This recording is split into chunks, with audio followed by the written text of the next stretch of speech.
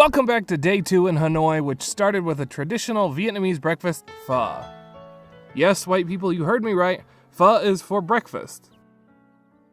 The origins of the street food are hard to nail down, but it's thought that pho was first enjoyed here in the north about a century ago. The soup is made up of broth, rice noodles, herbs and onions, and meat. We enjoyed pho bak this morning, or beef pho. After we ate, we set out for our first stop of the day, the Temple of Literature. Built in 1070, the various pavilions, halls, and statues are places where offering ceremonies, study sessions, and the strict exams of the Dot Viet took place. Just before the Vietnamese New Year celebration Tet, which was only a couple weeks before we arrived, calligraphists will assemble outside the temple and write wishes in Han characters. Before we left the States, we sent our measurements to Quang's sister Hien, and she had some traditional Vietnamese outfits made for us.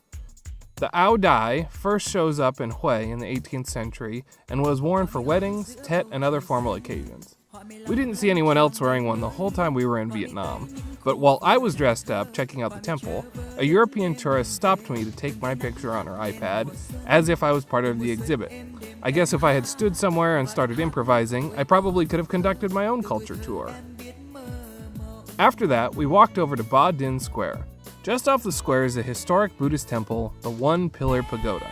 The temple is built of wood on a single stone pillar 1.25 meters in diameter and 4 meters in height, and is designed to resemble a lotus blossom, which is a Buddhist symbol of purity, since a lotus blossoms in a muddy pond.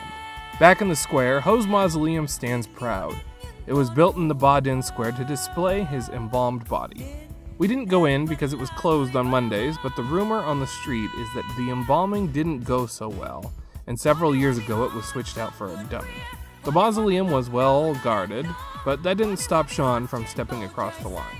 We ended our night with something special, a rickshaw ride to the hottest expat bar in Hanoi, the Pirate Pub. Come to find out later, our Walking the Plank was broadcast live on Facebook. We went to bed, famous pirates.